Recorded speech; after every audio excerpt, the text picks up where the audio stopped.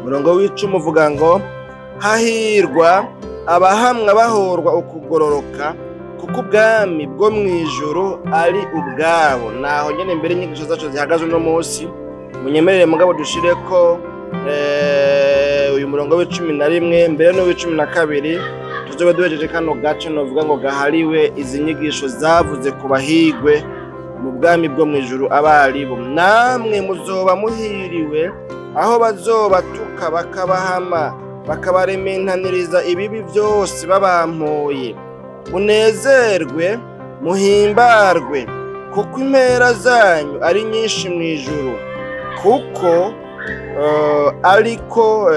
ariko bahama abavugishwa n'Imana ba mbere. Imana yacu iragahezagirwa n'ahari isanzwe ihezagira.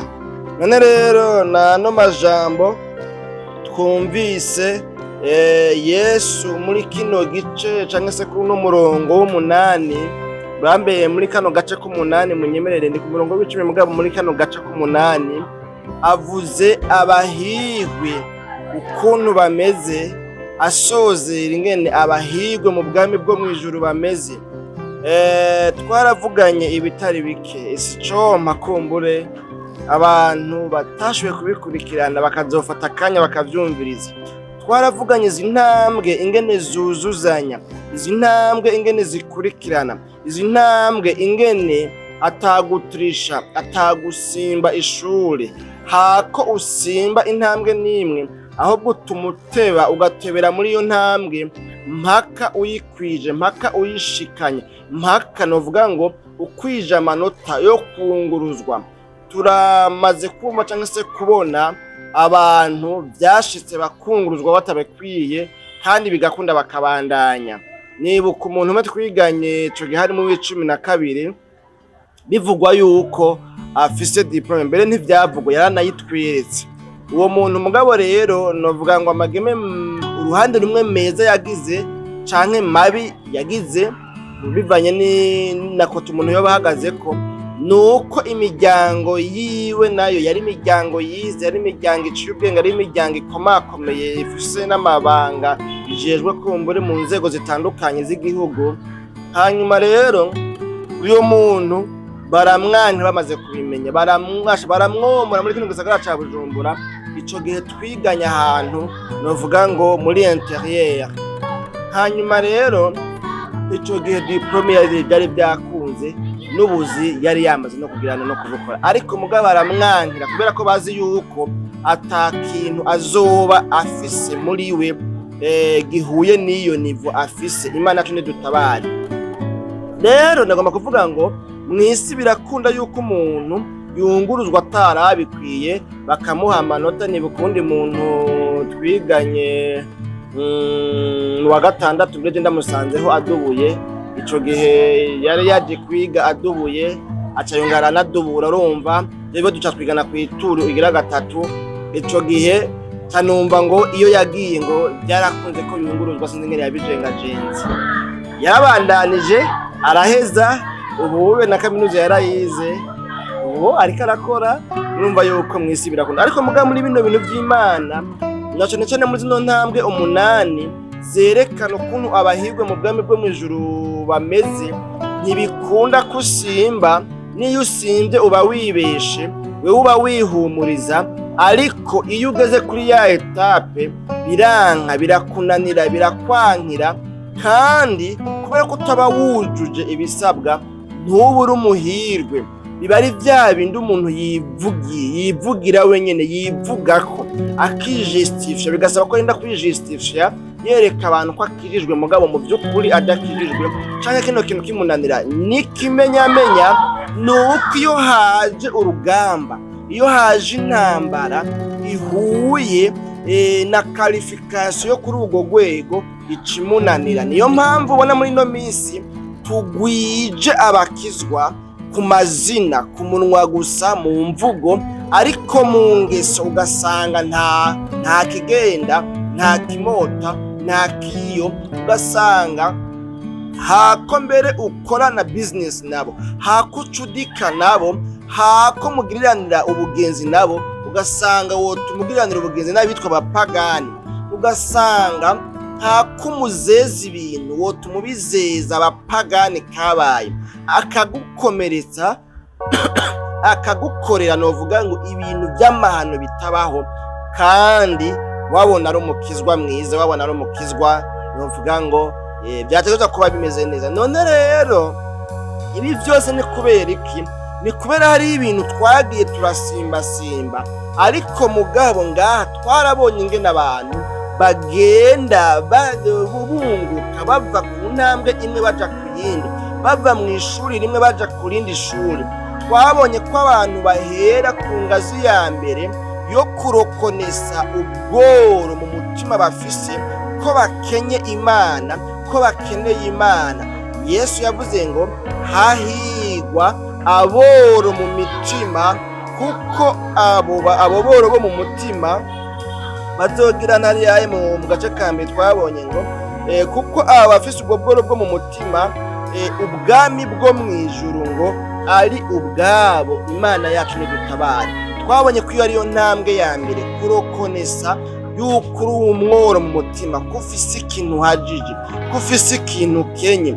Twabonye ubugira kabiri yuko intambwe ikurikira umuntu atuntuzwa kandi ababazwa n'ubworo bwiwe. Ibyo byatumye aba umworo mu bwami bwo mwijuru, ibyo byatumye aba umukene, ibyo byatumye aba umuntu akenye Imana, akaba atamana afise mu buzima bwiwe, bikamubabaza bikamutuntuza, agaca yumva yobyihana yobyatura. Hanyuma kuri iyo ngazi nyene ni naho twabonye haca habera deliverance, kubera ko twabonye ngo abo batuntuye bazokwirurwa. Kwirurwa ni ukuvuga ngo bamarwa umubabaro, intuntu, agahinda n'akabonge bafise ku bw'ubworo barimwo bwo gukena Imana, bwo kuba abatindi mu by'ubwami bwo mwijuru. Twabonye ingazi ya gatatu nayo itubwira ngo hahigwa abatekereza. Kuri ino ngazi y'abatekereza twabonye yuko abatekereza bisigura ngo baba bamaze gukugwamwo novuga ngo kameremere y'umubiri iba yamaze gukurwa, baba bamaze guhinduka mu ngeso, kwa gusaragurika, kwa gusharira, kwa kuntu bari bafise ingeso mizipika, kwa kuntu novuga ngo bari abantu b'ibigonde, bari inshobokable, kwa kuntu novuga ngo bari bahanda, bakoze ko wababwe nk'ukoze ku nsusa. Aba bantu habageze igihe ngo batuje, batekanye, bihanye, bahindutse. Umuntu ababonye abo ashobora gutemwanya, gushinga intaka, avuga ngo naka yarahindutse, naka asigaye ari intungane. Batangura kubatazira amazina ya ba mukizwa, patiri, masera, bishop, pasiteri n'ibindi, ba mwarimu n'ibindi. Imana yacu nidutabaye. Twabonye rero ku ngazi igira kane yuko ngo abantu bageze ku ino ngazi ya kane rero ngo baca basigara bafise inzara n'inyota byo kugororoka, ngo bakumva iby'ijuru nibyo basigaye barondera, iby'ubwami bw'Imana nibyo basigara bahahamiye, bakumva bashaka gutunga iby'ubwami bw'Imana, bakumva nibyo bahahamiye, nibyo barondera, nibyo bashaka. Imana yacu nidutabare. Kubw'iyo nzara n'inyota byo kugororoka rero ngo baca bahazwa, kuko ngo bafise inzara n'inyota byo kugororoka bazohazwa. Baca bahazwa ingabire, bahazwa ibirwanishwa byo kurwana bakanesha, bahazwa ibijanye n'ubutunzi bwo mwijuru. Ibikurikira rero ngo baca batangura kuronka umutima uri mu Mana, umutima w'Imana muri bo, akameremere k'Imana muri bo gaca gatangura kuba installe muri bo, muri kwa guhamagara Imana, bagira inzara n'inyota byo kugororoka, basenga cane, babyuka mu ijoro, bisonzesha, baja mu bikorane, bumviriza ijambo ry'Imana, basoma Bibiliya cane, bumviriza amavideo canke amaudio y'ubutumwa bwiza. Ico gihe ngo muri iyo nzara n'inyota Imana ica ibahaza iby'ukugororoka. Imana yacu nidutabare. Twabonye rero ko izo ntambwe zine arizo zifasha umuntu guhinduka, akakurwamwo udutiribwa, udusembwa, uturabaga, hanyuma agatangura rero gusa n'Imana.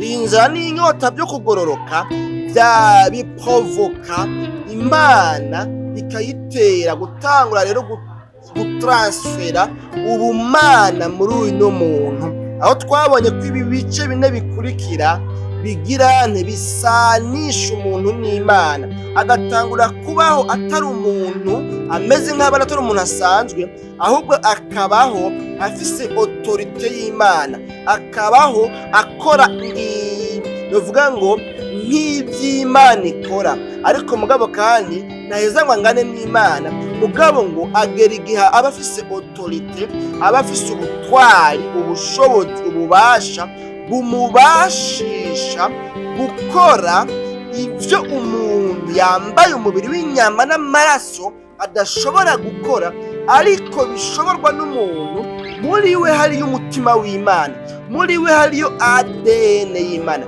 muri we hariyo caractère y'Imana.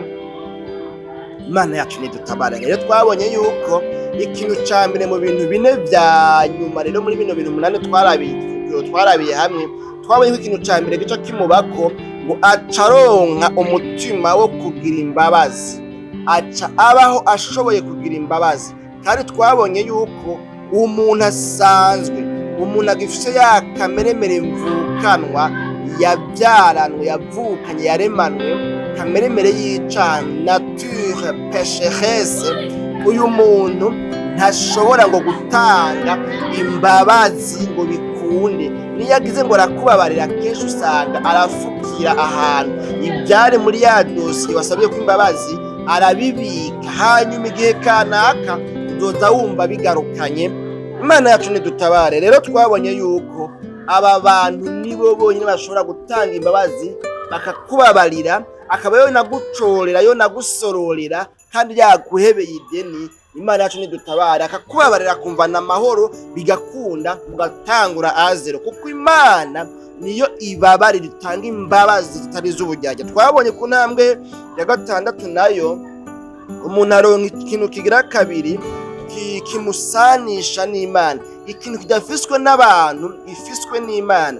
Icambere tubonye ni uko Imana yonyine ishobora gutanga imbabazi bigakunda, kandi imbabazi z'ukuri zitari z'ubujyajya. Ubwa kabiri, uyu muntu acarongo kubaho no kwamana umutima utanduye, bica bimukundira kugira umutima utanduye. Tuzi ko mw'isi bigoye ko haba utanduye, kuba mw'isi udacumura biragoye, ariko kuko Imana ari yera, kandi iyi Imana nayo icaha akaba atakibanza gifise muri we, uyu muntu rero ngo biramukundira, biramushobokera kubaho atanduye. Ni ukuvuga mu yandi majambo, abageze ku rwego rwo kutemera kwiyanduza, rwo kutemerera icaha ngo kironke ikibanza muri we kimwanduza. Ni wa wundi niyo kija kibona hakiri kare, ni wa wundi niyo akorokeye mu gakosa, ubwo nyine aca ahindira hanze, agaca yihana, agatunganya ubugingo, Imana igashishikara kubana nawe imwemera. Imana yacu nidutabare. Ubwindwi rero ari bwo bw'ejo hahise, mu kiganiro cy'ejo harenganye twabonye rero yuko ngo ikintu kigira 3 muri bino bintu bine bya nyuma bimuba ko uyu muntu yamaze kurengana ibya mbere byo muri Kristo. Iyo umuntu amaze kurengana ibya mbere byo muri kameremere y'umuntu, kuvuga kameremere kare y'umubiri igatsindwa, hanyuma hagatangura no vuga ngo kumera, gutotahara no gukura no kwaguka kwa kameremere y'Imana cyangwa se ubumana muri we. No kuvuga ngo uyu muntu ngo aca agira impemu, umutima wo kubanguranya, ngo twabe ngo hahigwa ababanguranya, kuko ngo aribo bazokwitwa abana b'Imana. Twabonye yuko rero kubanguranya ari ugufata ingingo ugacira urubanza icaha burundu ko kidafise ijambo muri wewe.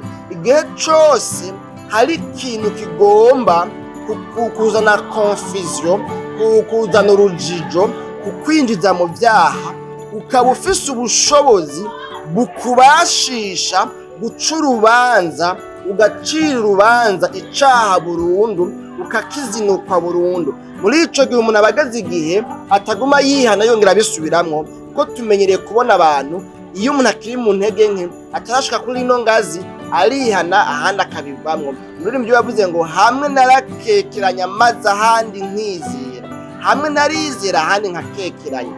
Ibyo ni kusanga bimeze iyo umuntu atarashika kuri ino ngazi, ariko umuntu amaze gushika kuri ino ngazi arabanguranya bigakunda, aharanira amahoro, ntakundira ikintu na kimwe cohungabanya novuga ngo umutekano, amahoro, ukugororoka kuri muri uyu muntu.